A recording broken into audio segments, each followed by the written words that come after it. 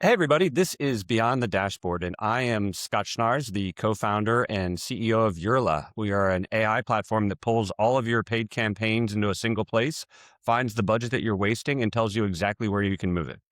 In each episode of Beyond the Dashboard, I get to talk to marketers who are actually out there doing the work, and they share what's working and what's not working and what they might do differently. I'm joined today by Divya Giritharan. She's a demand gen leader at Appen, which is a $250 million AI data company. At Appen, she leads integrated digital, ABM, and field programs built to influence strategic enterprise accounts and make marketing accountable to revenue, which I love as a sales guy. Divya's got an amazing background. She's got roots in engineering and experience spanning AI, maritime analytics, and financial services. She designs growth as an interconnected system, aligning signals, channels, and account strategy to drive measurable revenue impact. She holds a master's from the Schulich School of Business and has served as a marketing professor, blending analytical rigor with real-world execution. Divya was also my partner in crime when I ran sales at Appen. So I'm excited to be reunited and having her be part of Beyond the Dashboard today. So welcome, Divya. Thanks so much for being here. Thanks for having me, Scott. I am definitely super excited for it. And that intro basically makes me sound very put together. Oh, yeah, You're let's see if awesome. I can do it. Well, let's. I think one of the things that fascinates me about your background is that you started in electrical engineering, then you became a marketing professor, and now you lead demand gen at this large AI company. So you have this really awesome story arc across your life, and I'm curious how that path shapes how you think about marketing today. I think, like, on paper, my path looks like completely random, but I personally feel like it's not because engineering as a base, like, trained me to reject anything fake. Like, if something isn't, like measurable, repeatable, or explainable, I don't basically trust it.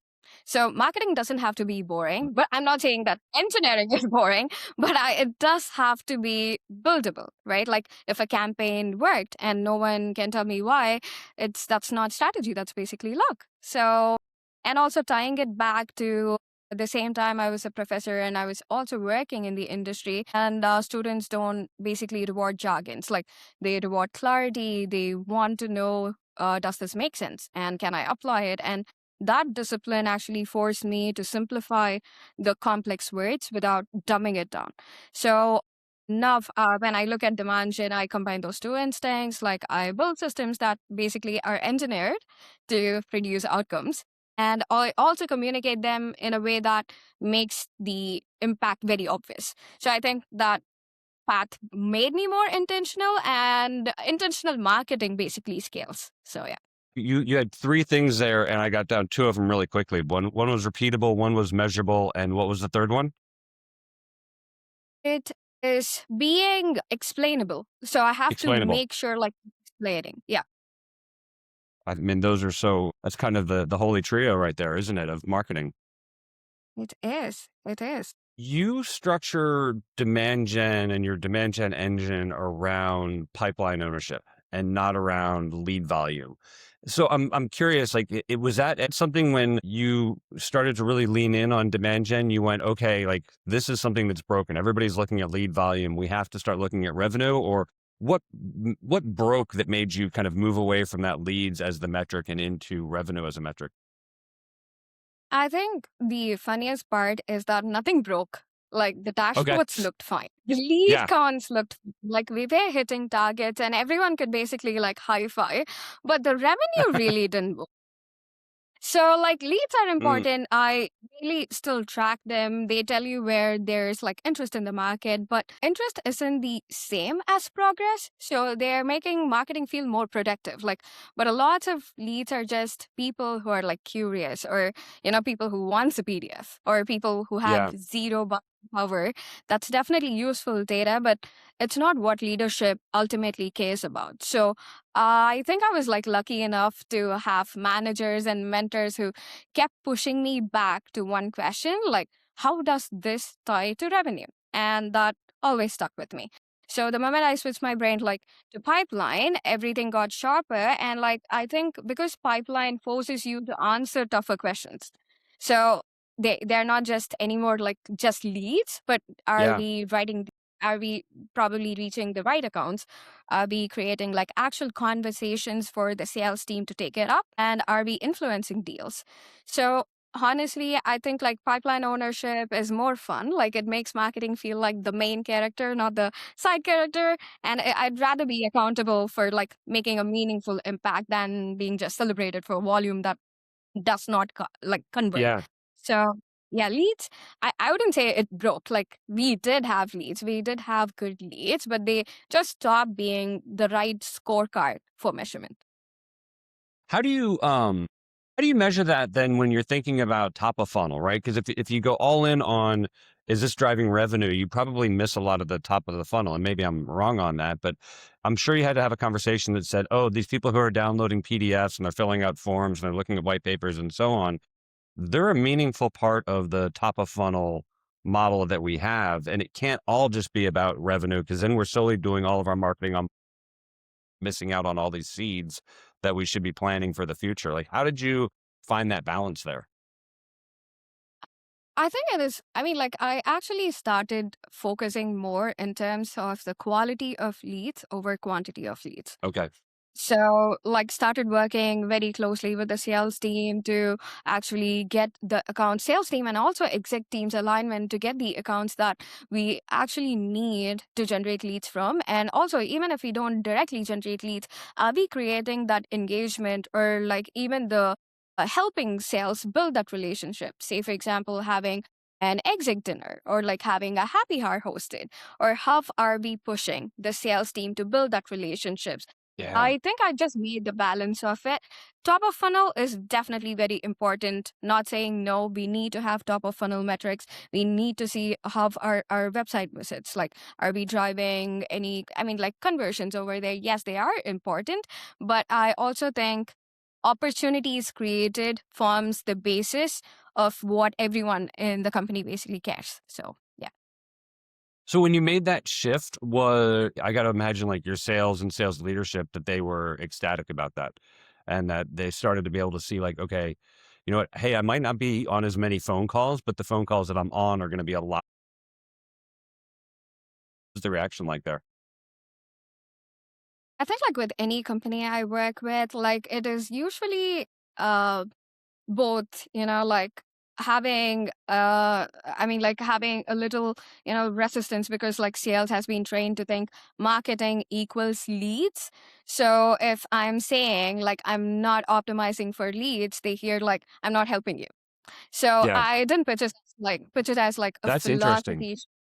Yeah, like it's more like I'm going to help, as I said, like I'm going to help, but I'm going to help you win specific accounts. And I mean, like that. I think that's basically the key because sales doesn't want like more random names. Sales wants momentum in the accounts that they actually care about. So when I start showing marketing results as like an actual account movement, the relationship changed. So instead of marketing gave us like X number of MQLs, it just makes it up like these XYZ accounts lit up, the specific personas engaged, which are valuable to the sales team, and the meetings happen and the opportunities created. So I think that's most part which people usually miss. And sales basically gets relief, right? Like when marketing Yeah. stops throwing a pile of name over the fence and starts acting like a partner that basically thinks revenue and the conversations get real. Initial reaction for sales anywhere could basically be like, wait, what? You're not going to get us leads? But then if they see the outcome, they're like, okay, so now everyone in the team is playing the same game. That actually, I mean, like changes the conversation. Yeah. Yeah. How would you advise? Like, I talk to a lot of founders who, when you ask them about their TAM or their ICP, they say, "Oh, it's everybody," and obviously, like, it can't be everybody, but they're trying to bring in more volume leads and less quality leads. And I'm thinking about like if you were going to advise a team that's still measuring on MQLs, what do you think is the first conversation that they need to have internally to start moving from, hey, we're just going to go get this massive volume of leads and 80% of them are going to be garbage, 90% of them are going to be garbage, to we're going to get you the same number of high quality leads, but we're going to do it in a way that is really driving towards pipeline ownership? How do you coach somebody or how do you advise somebody in your role to go have that conversation. And I'd be keen to get your take on two ways. One is, how do you have the conversation with the sales organization? And then how do you have the conversation with the executive team to make that shift? Okay, so the first conversation I think I would have is like not metric we want to change, but rather like the conversation where with any company, right? Like, what is marketing for this particular company? So the answers may differ, like because if leadership truly wants revenue growth, and then marketing can't be measured towards a metric that gives them volume over quality. So it's basically like judging a chef based on how many ingredients he touched. But the question is actually like, did the meal tasted good? Like, did it actually Yeah, slap? So I'd definitely start with alignment. I'd sit with sales team, I'd sit with exec team and ask like, what counts as progress in your world? So is the meetings with the right buying group, or like, is it stage movement, or is it even like expansion within the existing accounts? So then the marketing is accountable for influencing those outcomes. They're not creating those, they're influencing those. And I always tell the teams, don't rip out for like MQLs overnight. You can keep an operational signal. You can definitely keep it as an operational signal, but it can never be the headline. Like the headline has to be pipeline and influence. And once you change the scoreboard, like as I said, the behavior changes, campaigns become tighter, and I feel like targeting is extremely important, and the targeting has to be smarter. Once the targeting is smarter, it links to everything. The content becomes more intentional. The content that we produce actually resonates with the ICP we are focusing on, and everyone could like stop chasing vanity and start more in terms of outcomes. So I think that's one of the major shifts. So yeah. I love the stop chasing vanity and start chasing outcomes. I think that's such a good phrase. I think that's also a good transition to think about integrated campaigns, right? That the paid campaigns plus the field plus the ABM, which I think that you do really, really well. Like, can you walk us through a recent campaign where you did that combination of paid marketing, field marketing, and ABM marketing? And what was the thesis in going on there? Like, how do you think about that as like a big strategic bet versus just not just a hey, we're going to go run this campaign for 2 weeks and see what happens? An integrated campaign, the way I run it is like it always starts with a defined account set. It's not the entire market, not whoever like downloads something, specific accounts that basically matters to the revenue. And like the idea wasn't, as I just keep repeating, the idea isn't to just generate leads, but like the idea is let's create pipeline, or like let's actually create a coordinated pressure inside these accounts. Be it across like sales, marketing, delivery. Let's actually create that coordinated pressure inside it. And I think like we could with any campaigns, right? Like I always structure it in layers. And the first that I would take is I have a background and I have my expertise in account based marketing. So it is just important for me to prioritize account based on like the engagement and the intent signals that they have, and tells us where the attention already existed. So we didn't guess, like we just focused it. And then it is more about paid. So the paid is definitely not about volume over here. So I think it is more about shaping the perception, right? Like warming up the right personas inside the account. That is when like the top of funnel layer access, and like creating the brand awareness is super important over there. So when the outreach happen, like be it a sales team is doing an outreach, or if we actually bump into one of the like one of the accounts, or like one of the personas we would meet at a conference, it doesn't feel cold. It just feels contextual.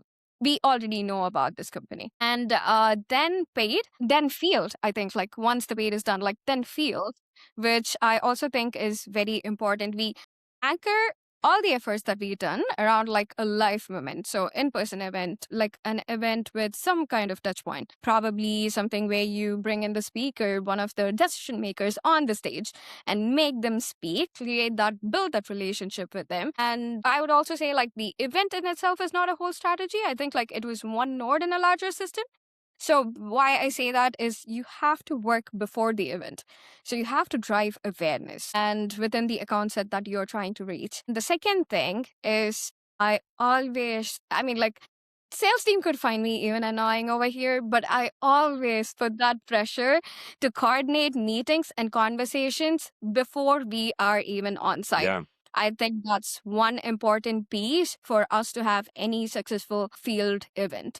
And after the event, it's more like in terms of how we structure it for follow up, how the marketing is actually having them nurture the leads.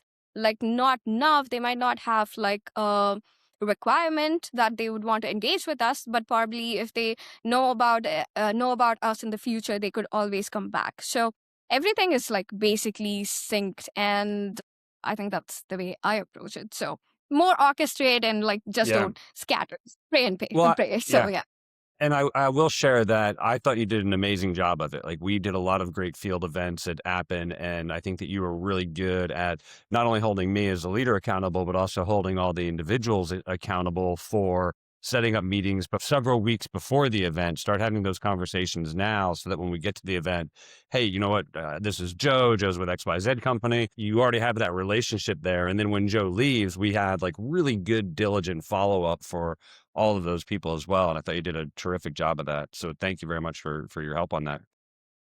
I know that like these integrated campaigns are a ton of work to put together. They're really difficult to coordinate. And I'm sure that you've seen some interesting things where things really almost started to fall apart as you're going through the kind of the paid and then the field and then the ABM. Can you share like an example of like where something almost fell apart and how you struggled to go save that? So I would say like everything that's invisible work like almost fell apart. So the campaign itself was like fine. The risk was more in terms of, like tracking, routing leads to the sales team, attribution, and who follows up what, like what counts as success or like what gets reported.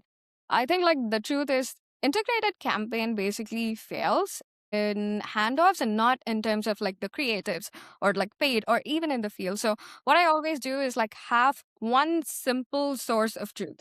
So one view for accounts, touch points, next actions. Keep it clear, like keep it like as simple as possible. And then make it clear like who owns what, like not in a corporate way, but like more in terms of, okay, so if we do not follow up on this, if this drops, then the revenue drops. Or like say for example, the relationship drops. So marketing will definitely add the leads to like they will definitely hand off, and they will also add leads to the nurture list. But it's important for the sales to pick them up, set meetings, and build those relationships. So assigning those I think the responsibilities is important, and we have to basically just do it upfront. Like we're not doing like channel credit battles, right? Oh, this channel Yeah. actually created that, so this channel wins, or like we are measuring outcomes. Like that's basically it.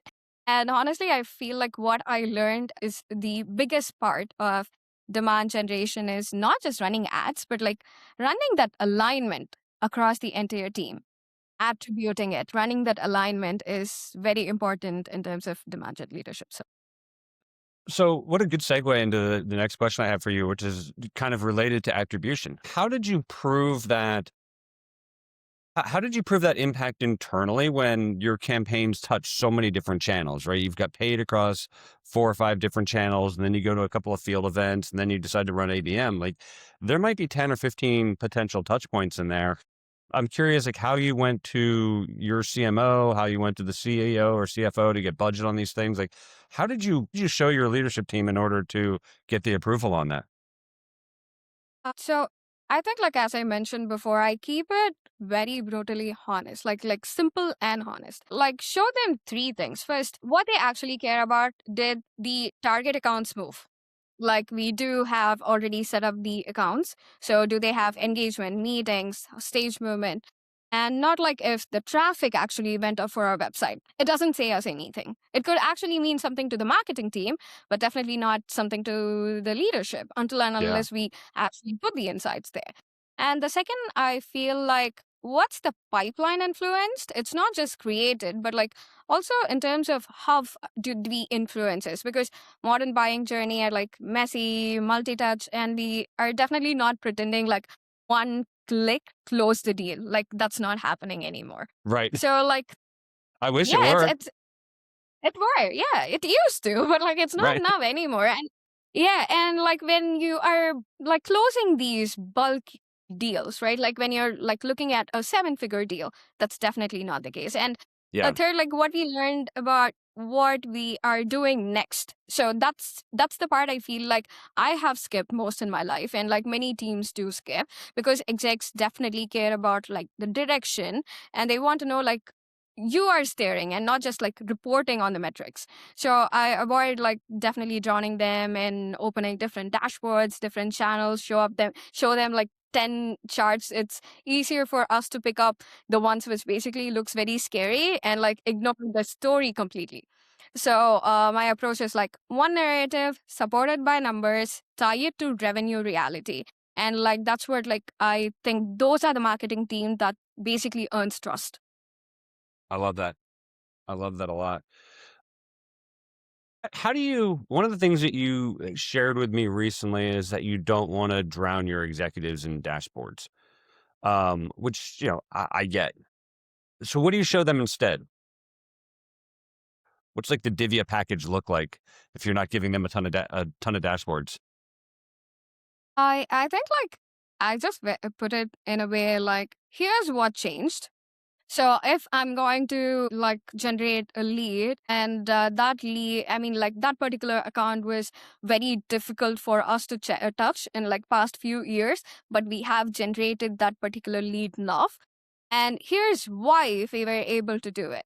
The budget increase, like, and we know like paid marketing is pay to play. So did the budget increase?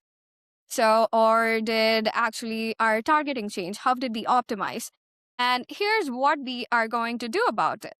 So we handed off the leads. So I don't think like the marketing's, yeah, like work stops there, but how are we supporting them to close the deals? That could be in terms of content, or that could be in terms of creating them another touch point. That could be in terms of putting together like an event where they could be a part of, or where their entire team could be a part of. So how we are actually helping the sales close the deals. So I just keep it as like what, why, and like what we are doing about it, and do not complicate it. Dashboards are Right. definitely great like for operators, right? But execs are not operators. I mean, like they're decision makers. So I translate performance into like what we need to double down. This worked. So I think like we need to push more money in terms of paid marketing, because that's where we are seeing the results. Or if we are doing the same in terms of events, like I think we need to double down there, what we need to adjust and what we need to pause. This is not working for us. So just let's straight be honest with it and let's pause it. Yeah.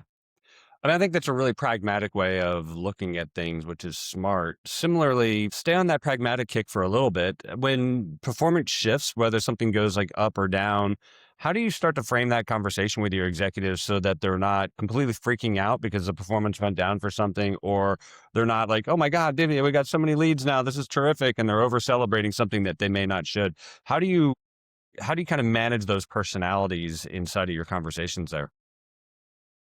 I think like we should just basically treat it like a weather and like not Okay. identity. It's a Not the great Canadian idea. weather.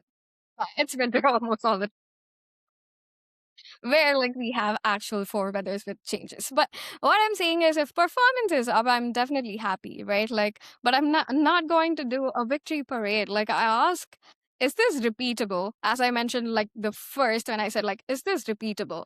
What caused it, and is it demand capture or demand creation, or is it just a one time spike? That could be possible, right? And the performance is down, I don't panic either. Like I say, like what changed in the system, like is it targeting, message, budget mix? And budget mix can definitely drive things up or down, and something has always changed. Is it like the sales outreach? Is it like the market condition? So the calm, I feel like it basically comes from having a framework, and I try to protect the company from emotional decision making. I try to protect my team from emotional decision making before, like, because like people tend to slash budgets at like literally the worst time, and Right. like over celebration also makes people scale something that's like accidentally working. So I present it like here's the signal, here's the probable cause, here's the adjustment, and here's what we'll monitor moving forward. So it keeps the leadership steady, and I think like steady basically builds like consistent pipeline. When you're, which I think is again, like that's such a good pragmatic approach. What's something that you have started to, or sorry, what's something that you've stopped including in your executive updates just because it creates noise? I think I kept it simple. Like anything that didn't change a decision, right? Like open rates, click through rates, impressions, random channel stats. They definitely create like the illusion of an insight, but I have felt they mostly create debates. Like, so I Mm, filter it hard. Like if a metric basically doesn't answer, like, are we winning the right accounts? Like, are we creating the pipeline momentum or consistent engagement where our brand takes the center stage? So then it's basically not an update for the exec team. I think like it's more about curating the signal and marketing. Basically, I feel like it could become powerful if it stops being like a reporting function and rather like a decision function. What I could convey from all these metrics, we need to have those metrics to convey something.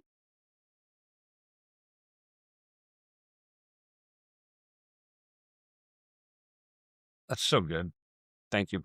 Um, in So one of the things again, like about your background, you've been a professor. If you were teaching a demand gen course today, what's the one thing that you'd want to make sure that every student in your class really understands? I think like I would say the job for like any marketing person or specifically demand gen person is to not just run campaigns. We can run campaigns if we have the enough resources, if we have enough budget. I think the campaigns could be okay, but like the job is basically to create conditions where like revenue becomes more likely. Like you focus on the bottom funnel where the revenue becomes more likely, and that means understanding more the buyer groups and not just the personas. I could like look into the personas, I could set up the personas, but real deals are in the one person who is clicking the form or like submitting the form. They're like multiple stakeholders who must move together. They could be an influencer, they could be a decision maker. Like, are they aligned that like this is the particular vendor that we need to go with? And you need to also understand sales workflow, like work closely with the sales team. I've always positioned myself as like that bridge between sales and marketing. And I genuinely enjoy that seat because like I feel like that is where like clarity basically happens, right? Like you also need to understand the data routing and not just the messaging.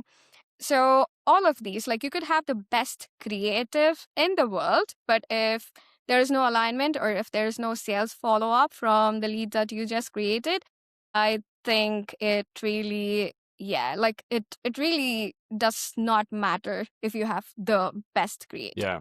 So yeah, it just makes you more like strategic, more accountable, and I feel like when you start thinking bottom funnel, it also makes you more valuable in the room rather than like just talking about like a creative direction. Those are important. I think that builds what we are talking right now, but you should always be looking into the bottom funnel. How am I impacting the business is what I would.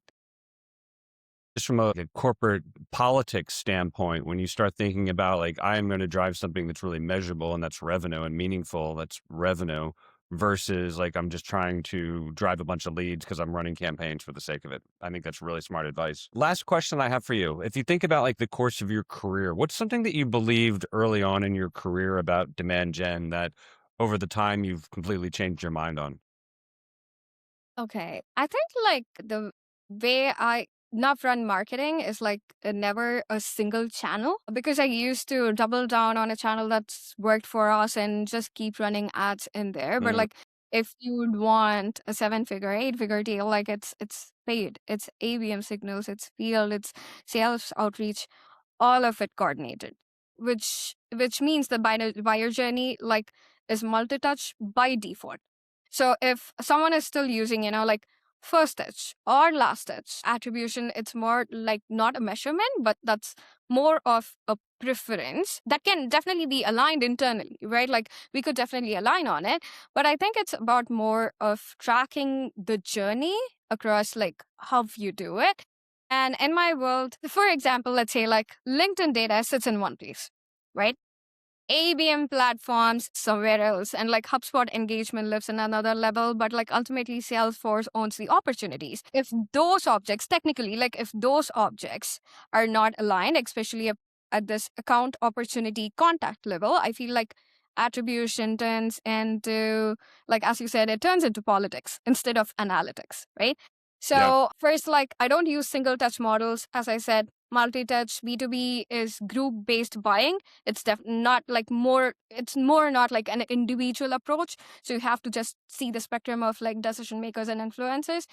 Second, I feel like I don't enough run on which ad closed the deal. I report on account progression. So, did it increase stage velocity? Like, is it progressing faster than it used to progress? And the third is also like I always define influence windows. I say this influence windows because one of my mentors taught me that if the I engagement like that. happens with, yeah, like if the engagement basically happens within like a clean time frame before the opportunity creation or stage movement, it counts. If it's outside the window, it doesn't. So that just keeps it honest. So when I say like if the engagement happens within a clean time frame, it could be from the day you actually influence that account and created a lead, and they are actually creating opportunities for next 6 months. It probably is, there is an influence for marketing over there. But over 6 months or like over 1 year or 2 years later, it's the relationship that the sales team is building on. Marketing done its job. They passed it on. We could still keep nurturing it, but closing the deals is a win, which we should basically give to the sales team. And this is also like, I feel like it does not work without data hygiene. So any company, True. data hygiene is very important. Clean campaign metrics, clean lifecycle data, and always consistent UTMs. This is something which I've lagged in my past. We used to create UTM trackers for like few of it. We used to just drop just in case. But like if that's messy, attribution is more or less a fiction.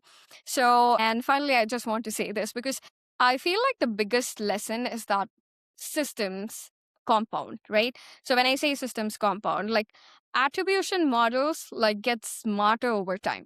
So trend line gets clearer over time. So if we are constantly resetting strategy, like we never get enough time for this system to mature. And the change is important. Like I learn constantly, I evolve constantly. I learn about like AI engine optimization, geo, all of it. Yes, we should be evolving, but protecting what works is even more important. If the channel is working, you have to keep working on that because marketing is not magic, right? Like we can't just have like a magic created. It's more like a probability engineering roots to thing, but like it's more like a probability engineering. So if you treat it like a quarterly experiment, you will get quarterly spikes, no doubt, because you put money in it. You will get quarterly spikes, but if you treat it like an infrastructure, I think like you get durable growth over time. You get consistent results. So yeah, less chaos, more compounding. So yeah, Yeah, that's how it is. I love that phrase systems compound. I think that's a great expression and a great way to end on because I think it's a really important thing for people to think about. Divya, I've loved this conversation. This has been terrific. Thank you very, very much. If people want to find you, where can they go find you? They can definitely find me on LinkedIn. So it's Divya Giritharan on LinkedIn. I work at Appen. So yeah, you can find me there. Perfect. Awesome. Go find Divya if you have further questions. Everybody, appreciate the time. This has been another episode of Beyond the Dashboard. I'm Scott Schnaars. Thank you very much. Thank you, Scott. It was a great